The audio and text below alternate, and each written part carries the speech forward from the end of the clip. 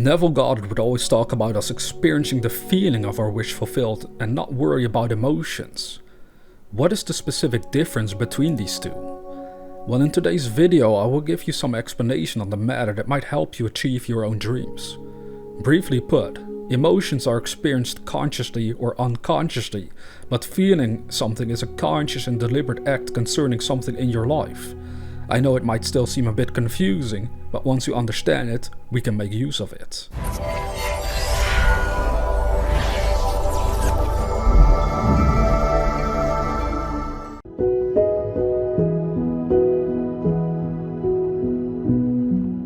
Leave in the comment section what you think is the difference between emotions and feelings. That way we can always learn from each other.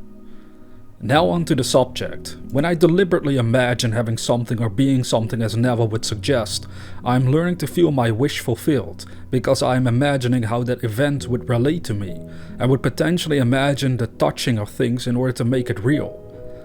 When I am simply remembering an event, I might experience emotions, both good and bad, concerning the subject. So Neville would sometimes say he was not talking about emotions when he says to feel your wish fulfilled, and that makes sense only if you understand it from this angle. Once you imagine a scene that implies your wish fulfilled, it will be a brief moment of experience that lifts up your emotions entirely, because your spiritual eyes are revealing to you something you really want to have. But once you go through your day-to-day life, you should remember the sensation that you felt of your dream when you were imagining it. And I would say it is then you want to invoke positive emotions, because your physical senses will forever show you all kinds of contradictions to your dream. So use your imagination in order to remember how important and great your dream is, so it also influences your overall emotions, because they need to remain stable. That is the trick. When we become impulsive and emotional, we walk the risk of not properly acting on our dream, and that is exactly why for so many people dreams never really come to fruition, because they are subconsciously acting in contradiction. The emotions that you feel influence your physical behavior, and your physical behavior determines your results, whether your dream will be realized or not. That's the point. Emotions are a revelation of the energetic vibration we are in. Therefore, if you experience positive emotions while thinking of your dream, you can be sure you are in harmony with your dream. It becomes more subtle and overlooked when people panic when thinking of their imagined dreams and actually feel bad in some way. This can either be a sensation of doubt or worry, even though you have imagined your wish fulfilled and felt it.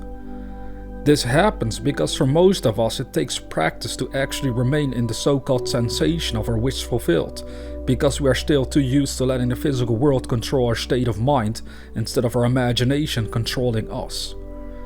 So it can be useful to ask yourself, I have felt and seen in my imagination my wish fulfilled, but now I also want to make sure my emotions are in alignment in order to make it easier to navigate through this physical world. Have I been doing that?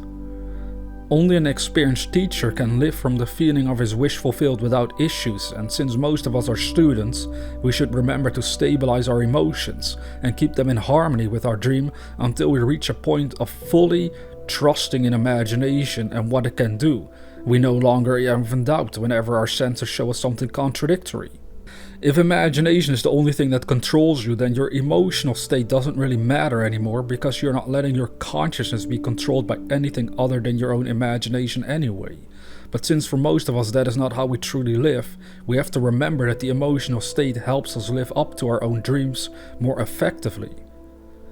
When people start feeling emotionally bad, their dedication starts to drop. They might lose all motivation to go for their dreams, and that is when we must remember that we should imagine our wish fulfilled all over again.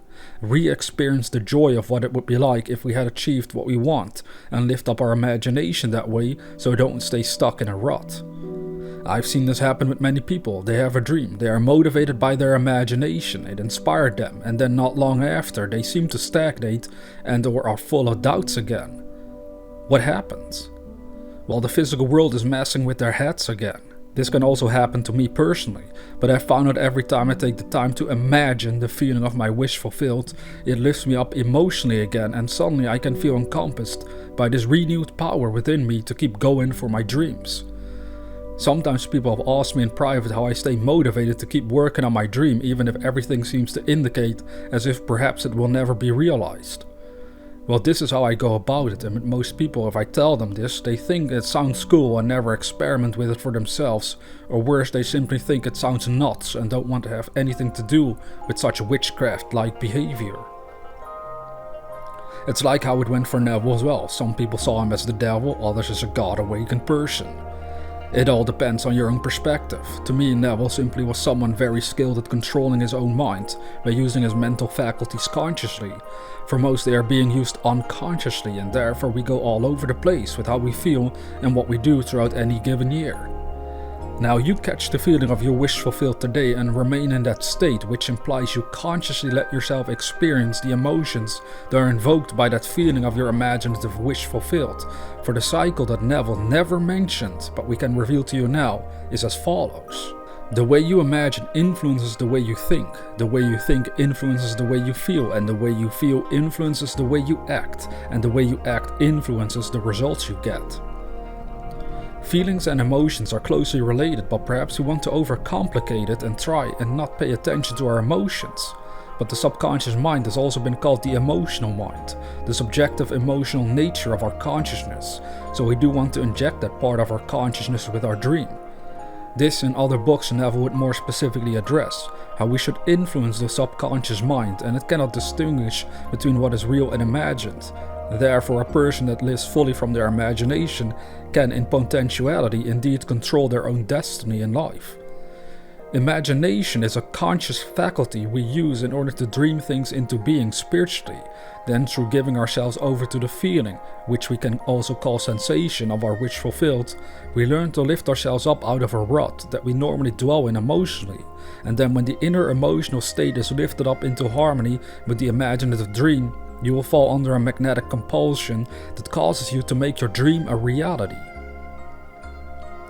So basically you can analyze this for yourself. If you don't feel good, you experience less energy and power to make your dreams come true.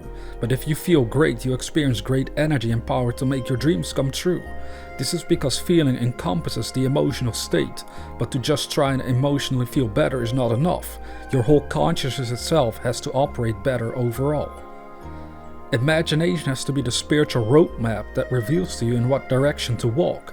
We walk by faith, imagination, and not by sight, physical senses. And as we do so, we automatically start to generate more power within our emotional self, which is the subconscious, and through it, reality shifts around. If you try and change your emotions around without using your imagination, which many people do, it tends to happen through the use of drugs or some other physical activity, and it's not the best way to go about achieving your dreams. If you first use your imagination correctly, you will learn to feel an overall state that is more positive than your physical reality, and then you learn to feed upon that imaginative state. You let yourself become emotionally full of that dream, and it will then start to express itself. That is because there is a clear flow of energy going from imagination towards your physical world with and through you. Can you see this subtle difference in attitude? That is what it's all about, and even now it might still not make a whole lot of sense, but it should be something worth contemplating in your own life. You can ask yourself the question, what is the difference between feeling and emotions? And let the deeper spiritual side of you reveal the answer for your particular stage of evolution.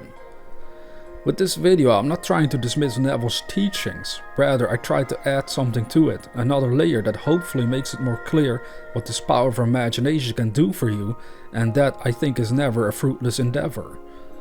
I would say Neville said to not focus on your emotions, but instead on feeling the wish fulfilled, because in order to feel something that is not physically here, we have to use our imagination, and then let that imagination influence our emotions.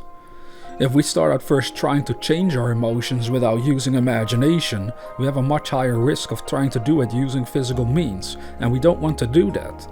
We want to discover and enhance the power of imagination that lies dormant within us. Feeling is a singular experience. Emotions offer a wide range of experiences within us. Get in harmony with your own dream by first feeling its reality within you, and then let your emotions offer a wide range of positive experiences concerning this dream. If after imagining your dream nothing has changed in you, then you have not imagined in the right way or have not focused properly on it. If you do it right, you will literally feel something shift within you for the better. Your emotions will be lifted up and you are ready to go out and conquer the world. It doesn't mean we get into conflict with others and have to conquer them. Rather, it means we end up in the position to overcome our own obstacles and current limitations in order to reveal the divine power of imagination through which all things are possible for us. Now again, as I said at the beginning of the video, you're free to leave your comments below on what you think is the difference between feeling and emotions, because it is a very interesting subject to discuss and to contemplate for ourselves, because it can help us manifest our dreams more effectively the better we understand it. Now if you're new to this channel, consider subscribing to receive inspirational videos on a regular basis. And also, if this video has helped you, please hit the like button below.